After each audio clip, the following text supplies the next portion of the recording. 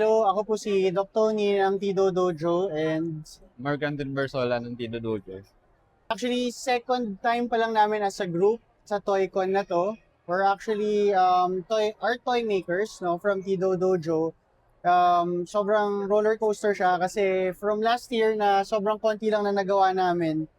We've done a couple of art toys now and especially we're very proud na we partnered with Billionario to make our Billionario Gentleman.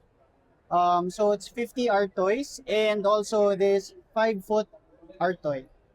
Hindi naman, simple lang naman. Actually, na-approach lang kami ni Sir Jack. Uh, Sir Jack para suggestion niya, gumawa kami ng art toy ng bilyonaryo. For bilyonaryo. Tapos yung imagination namin for what Billionario stands for kasi parang dapat elegant siya. It's a very good network. Tapos talagang the brand in itself speaks. So we wanted to make something na malaki yung impact. So ang una namin naisip sa totoo lang was the Mr. Monopoly. Pero gawin nating bilyonaryo, gawin nating classy and elegant. Kami actually, una yung concept, no? Once the concept is made, kasi si Anthony is very, very good with resin. He's a resin sculptor.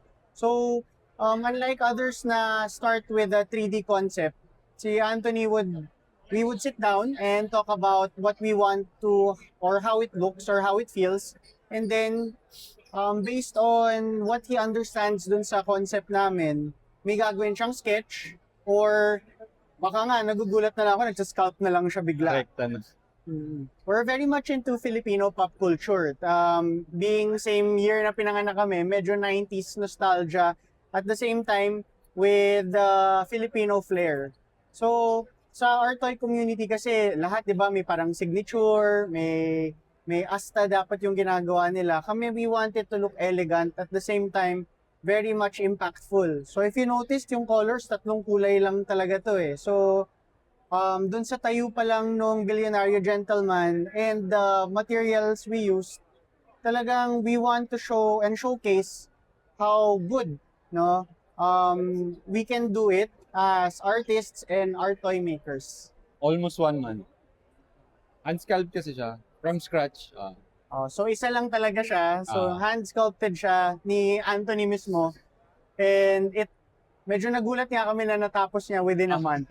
Sa akin, pinaka-proud ako ito. Kasi ito yung pinakamalaki na nagawa ko so far. Tsaka statue siya. We started working together because of Combatron. Actually, yung damit ko ngayon, it's a Filipino pop culture icon din.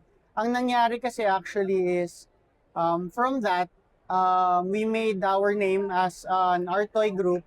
Tapos, collaborations were being done. So, sa totoo lang, ang pinaka-proud kami ngayon is the gentleman, both the statue and also the art toy. Kasi it goes to show na yung creativity and expression namin as a group, medyo napapansin na din.